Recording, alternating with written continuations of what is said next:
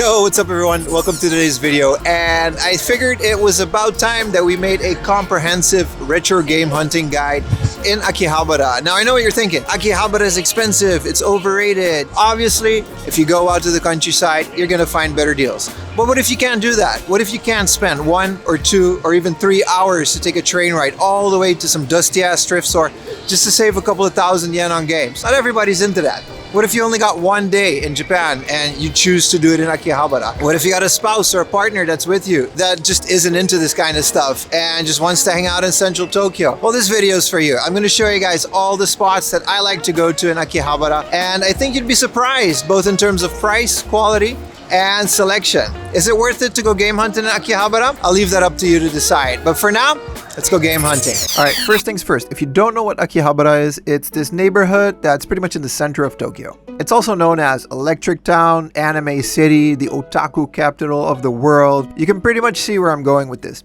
It kind of started in the 1950s, where Akihabara was kind of a central hub for electronic stores. And I don't mean electronic stores like we know these days. It was more like one big Radio Shack, for those of you that remember what a Radio Shack is. And to this day, you can still see traces of what Akihabara used to be. There's still some stores around that exclusively sell little transistors, ham radio, basically anything to slap together your own prototyped electronics. And over the last couple decades, as anime and other Japanese pop culture stuff became more popular, those things also kind of started centralizing in Akihabara. So it's not just an electronic store these days, which is why it's also dubbed the anime capital of the world. Now, as anime and pop culture got really popular, obviously video games were a big part of that. This resulted in a lot of video game stores popping up in Akihabara. Obviously, there were also computer stores and various electronics. The whole thing kind of started blending together in the late 90s, 2000s, which was when Akihabara was really booming. And these video game stores in particular kind of evolved into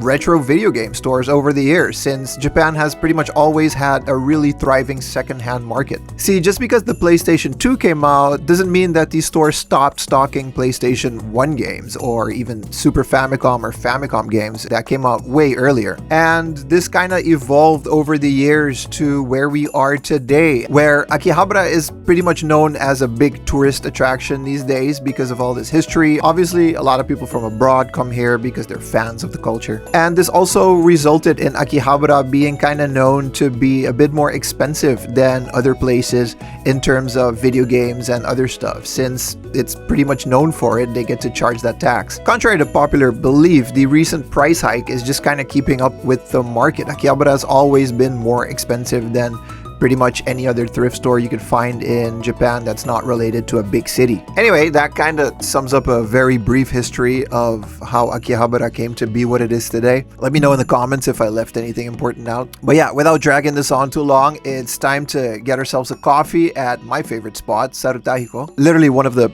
best lattes you can get in Japan, by the way. And that brings us to our first location. Right as you exit the station, you kind of cross the street a little bit, go next to Radio Kaikan, and in this little alley is a Surugaya.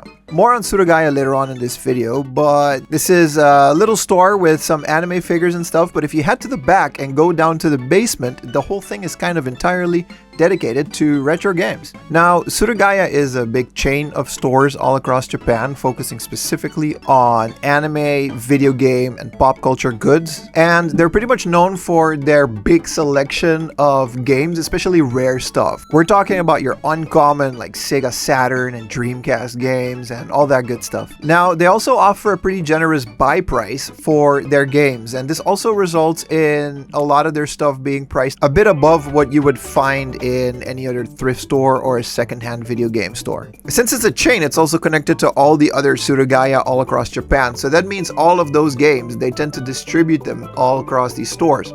As you can see, this one specifically has a lot of boxes laying around, since they're just constantly restocking these shelves. So if you were to find this store a week after I made this video, it would pretty much be a completely different experience. Anyway, that was Surugaya across the station. Let's move on to the next one. Okay, so pretty much across the street from here, there's a little alley you can enter that leads you to one of my favorite spots in the entirety of Akihabara. It's this long shopping strip that's exactly underneath the train station, and you're gonna hear that. And it's filled with what they call e-boxes. Now, my way of describing these things is basically it's offline eBay. You rent a box, you fill it up with your stuff, whereafter the store clerk will sell whatever is inside and whatever prices you put and take a little kickback. Now, word of warning, because this place is pretty much a museum type historical location in Akihabara, it's super popular.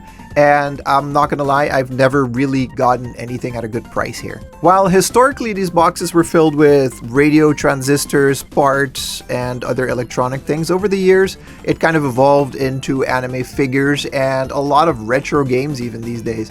But like I said, a lot of these things you can very easily find them a lot cheaper elsewhere. Which, by the way, if you are looking for things outside of Tokyo and you have a bit more time on your hands, please check out my other video where I pretty much lay out exactly how you can find thrift stores and other game hunting locations that are in Japan's countryside, but they are gonna be a lot cheaper than what you're gonna find in places like these boxes. Another cool thing about this place is that a lot of these booths are still occupied by their original tenants. That means a lot of these stores go way back and are still stocking some of the stuff that you would find here like decades ago. So yeah, that's the e-boxes. I wouldn't specifically go here for bargain hunting, but as you can see, since the rotation is pretty dynamic and they're stocking pretty much everything you can think of, from ancient electronics to Game Boys to retro video games to old Sony Walkmans, they kind of have it all, and it's a really cool place to just walk around and explore for a bit.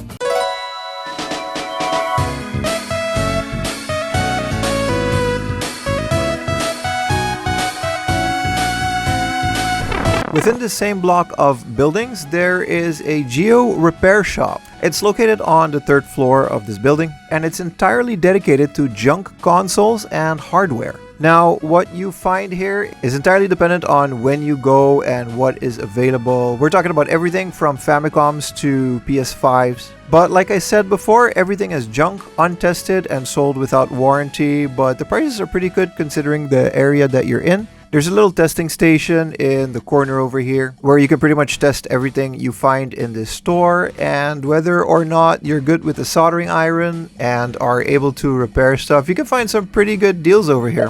So after you exit this building and cross the street, this would lead you to Tokyo Radio Department Store. This is another older historical site of Akihabara that has been around forever, with a lot of these guys being the original tenants of the store. This place is mainly filled with a lot of junk computer parts. That means the basement is this beautiful place full of old processors, graphics card, computer cases, most of it untested, secondhand from pretty much any generation of computers. Unfortunately, the arcade parts store that was at the entrance is gone now, but across from it is a really cool retro gaming store called Kade no Kenchan. It's also been around since forever, and this place in particular actually features a lot of modding stuff like new LCD screens and parts to mod your old Famicoms. Definitely worth a visit if you're into retro games and happen to be in the area. There's also some retro computer shops in the basement next to the junk shops that I mentioned before. And basically this whole building is just such a joy to explore if you're into old and retro technology. Especially since I used to be an IT guy, I really get a kick out of this place every time I visit.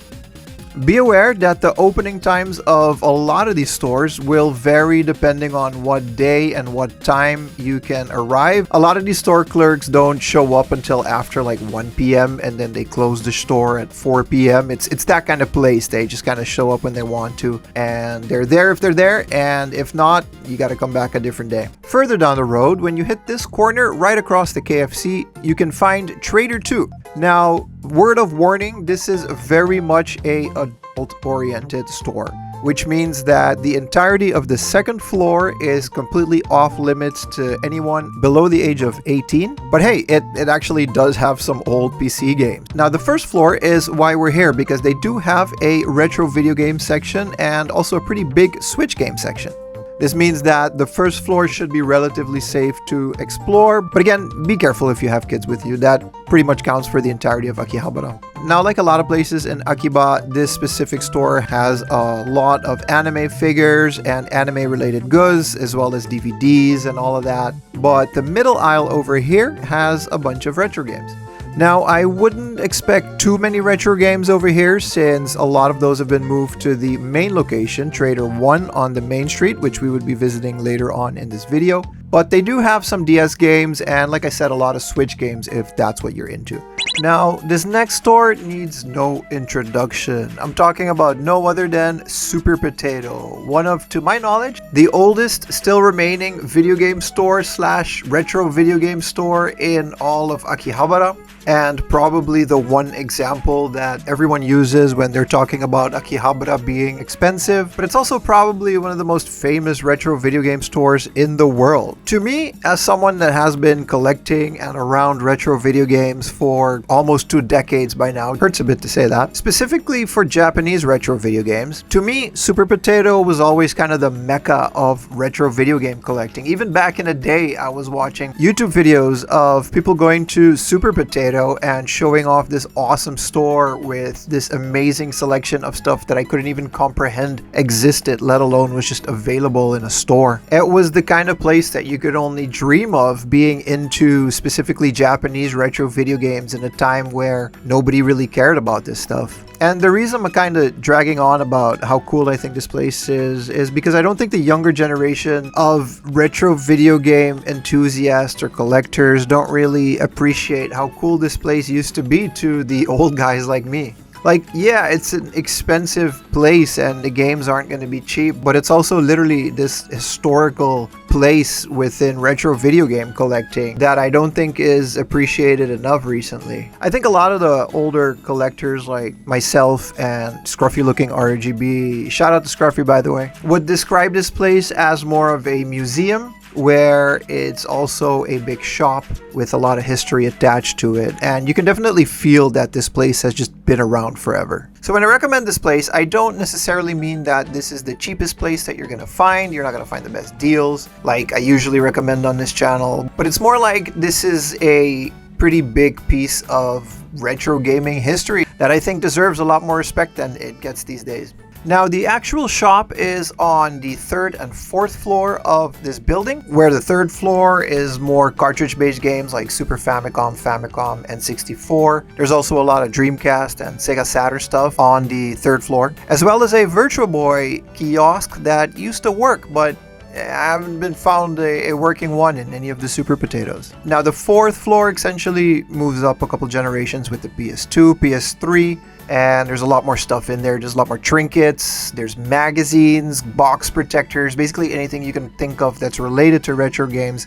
Specifically these magazines, I think they're pretty cool and they're hard to find. Some of these I think are even out of print most of the time, so this would be a good place to start if you need stuff like that. They're retail, so they're not going to overprice something that has an MSRP sticker on it. A good example of how legendary this place is these signatures from Kenny Omega and AJ Styles. Hell, even the legendary Hideo Kojima have their signatures on the wall because this place is just so historical. The top floor is a retro arcade full of Astro City candy cabs, as well as these old statues. Here's Mario and Star Fox, which I could swear were outside by the door at one point in time. And before the pandemic, I remember you were actually allowed to smoke in here, which is crazy to think about because this place used to smell really, really bad if you're sensitive to that. The games vary from shoot 'em ups to mahjong games to other type of arcade games you would find in a spot like this. Poor Snake here has definitely seen better days. Also pretty cool is this Game Boy kiosk. I really don't see a lot of these anymore. At the end of all of the arcade games, in the back corner, there's this traditional candy shop, which is pretty cool, and you can even get Coca-Cola bottles in the glass that they'll open for you. It's a really cool little experience. So to sum it all up, if you're only going to Akihabara or Japan for cheap retro video games, you're kind of doing it wrong. You're missing so much of the historical value and experiences that a lot of these places offer.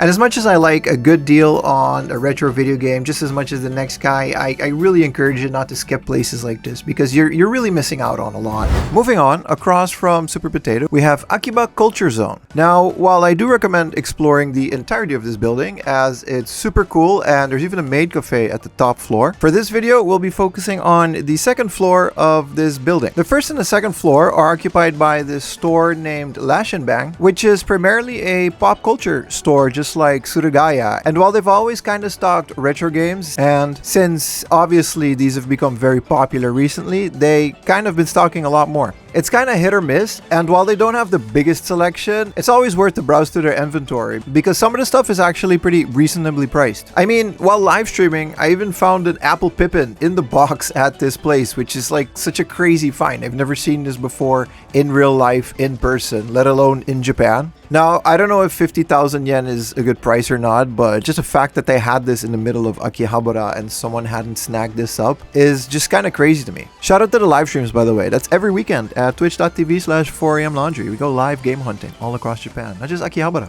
Make sure you head over all the way to the back corner of the store, which is where they keep their junk items these days, and there's some really cool stuff there. Like, what is this giant robot doing here? You can just buy this and put it in your house, and then your wife will get mad because you got this giant robot in the house. But it doesn't matter because it's here and it's super cool. Anyway, that's Lashinbang. Check out their other locations all over Tokyo. There's one in Shibuya. I think there's one in Odaiba, close to the Gundam. And they kind of all have retro games. Like I said, hit or miss. But if you're in the area, you might as well, right? All right, since we're about at the halfway point of this video, I gotta shout out the homies at Antep Kebab. The best kebab you'll have in Akihabara. No questions, no debate. This is the spot. Back in the day, Akihabara used to kind of be known for curry. But these days, it's definitely more of a kebab area. That's Antep Kebab. They got a whole kebab bowl, french fries. They got it all, man.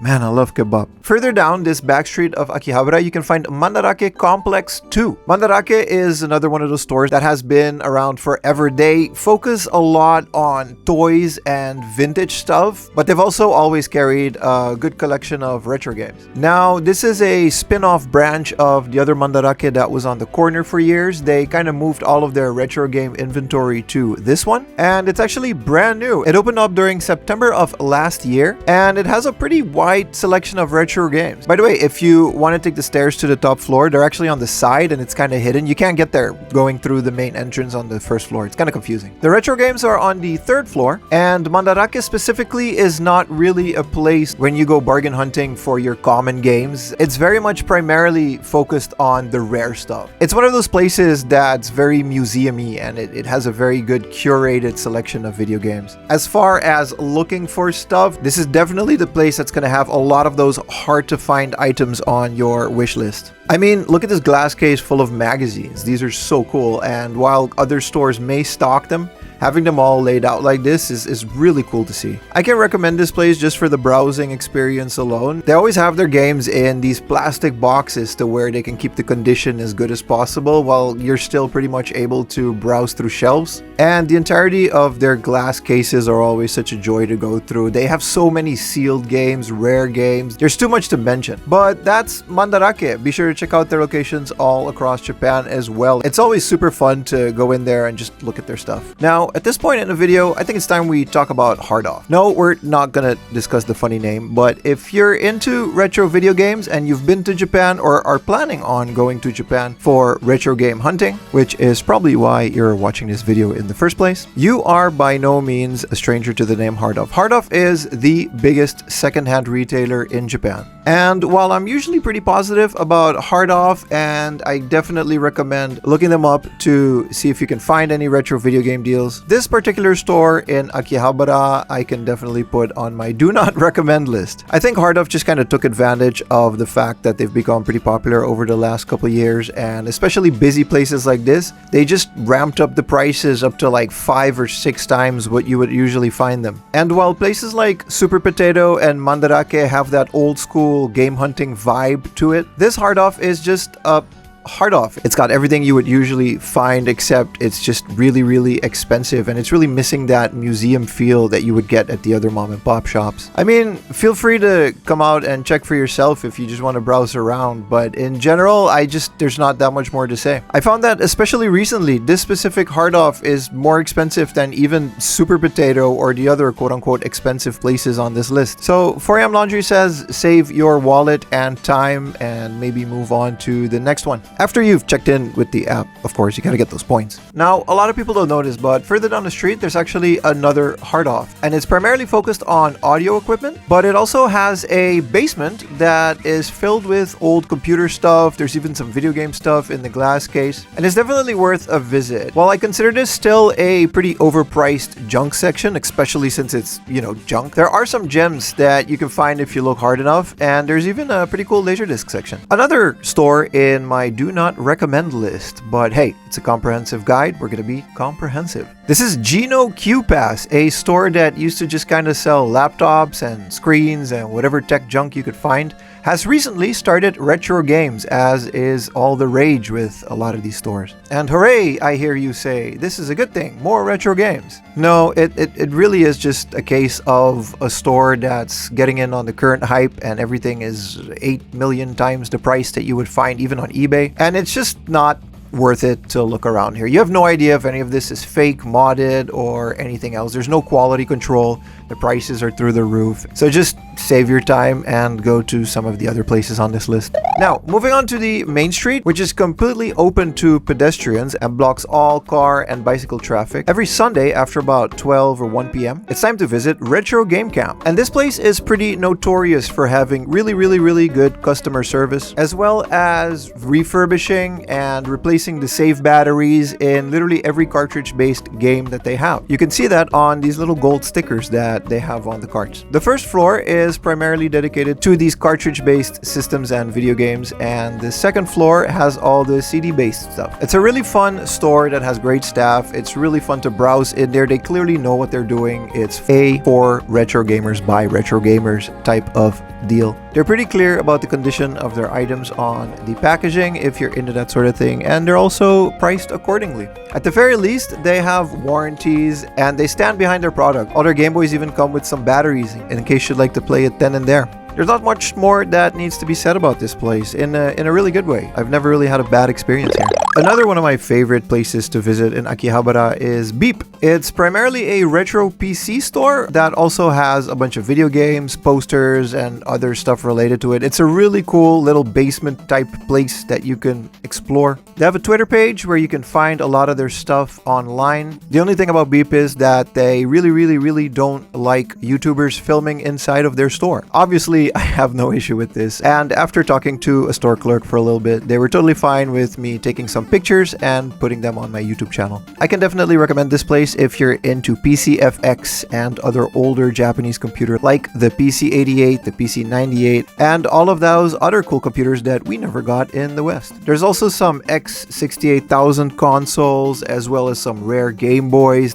Not to mention, there's a lot of arcade boards spanning over a lot of generations of Japanese arcade games. There's Game Boy games and the more popular consoles as well. Definitely a must-visit place if you're in Akihabara. Next to Beep, we have another Surugaya, and what's cool about this one is it's entirely dedicated to retro games. This is the case for a couple more Surugayas in this area. There's a trading card game one, and there's even one specifically for Gunpla and model kits. Like usual, in Surugaya, prices are on the high side, but in my opinion, they're not extreme, and it's definitely worth visiting this location. For some reason, this place is always hot. Like whether it's summer or winter, it's always like a small, hot, dingy place that's full of people and it's crowded, and in other words, this is the perfect place to go looking for retro video games. They have literally everything, including a pretty cool rare PC game section in the back here. Don't worry, they also have all the regular stuff like Famicom, Super Famicom, Dreamcast, Saturn. It's pretty much all here. Just like Beep, there's also some arcade boards. And from the viewer feedback that I get on my Discord, that's right, join the Discord if you would like some more advice on retro game hunting. This place is pretty good. There's a lot of viewers that found a lot of stuff that they were looking for reasonable prices in this place. I've been coming here for almost a decade, and to this day I still find some stuff that I'm looking for here and there. Next up, we have Sofmap. Now, Sofmap is a part of Big Camera, which is another really big electronic retailer in Japan, and they focus primarily on their outlet slash secondhand stuff that the store can't really sell or are out of season. So a lot of the stuff that you would find in here, which can range from anime, action figures, hobby stuff, it's all pretty much discounted to some degree. Now, since recently, like other places mentioned before, they kind of got into the retro game hype and they started stocking a lot of retro games, which can be found on the 3rd floor of this building. But to be perfectly honest, this is another one of those places that I included to be really comprehensive, but in reality, I never really found anything worthwhile here. Their selection is pretty basic, to say the least. There's not really a lot of super rare stuff, and everything is way beyond what you would want to pay for it, even in Akihabara. But nevertheless, they do have retro games as well as a bunch of other stuff. This is a really cool building to explore, especially if you're into anime figures. They've got all these premium ones that are not the crane game ones that you could usually find in secondhand shops. So definitely lots to do here. Pretty fun to just browse around and see what they have, but I can't really recommend it if you're hardcore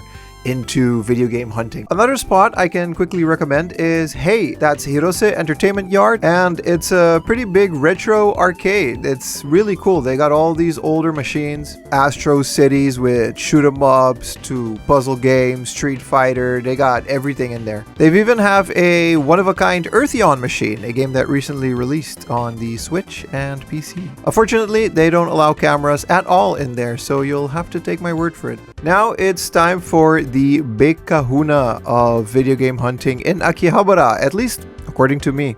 It's Trader, one of the biggest places for retro games in Tokyo in general. Now, if you're gonna pick one place to go look for retro games in Akihabara, my recommendation would always be this one. It's kind of insane how big their stock is when they also kind of have some really good prices on certain items. Maybe not the Mr. Gimmick and Little Samson that I'm showing over here, but there's been quite a few items that I found here that were priced better than your countryside hard-offs these days. I've also caught the staff here multiple times speaking English to customers that came over from abroad. So if there's anything you're looking for, or you just need to know some information about certain stuff, I'm sure the staff here is be more than happy to help you. They're pretty good at what they do over here. Word of warning, this store can be loud, and I don't just mean the people in there, I mean the intercom and the announcements are just really loud and overstimulating. It's not always like that, but for some reason, sometimes they just kind of turn it up to 11 and it's just kind of unbearable to be in the store for prolonged periods of time. Also because it's just so crowded on the weekends.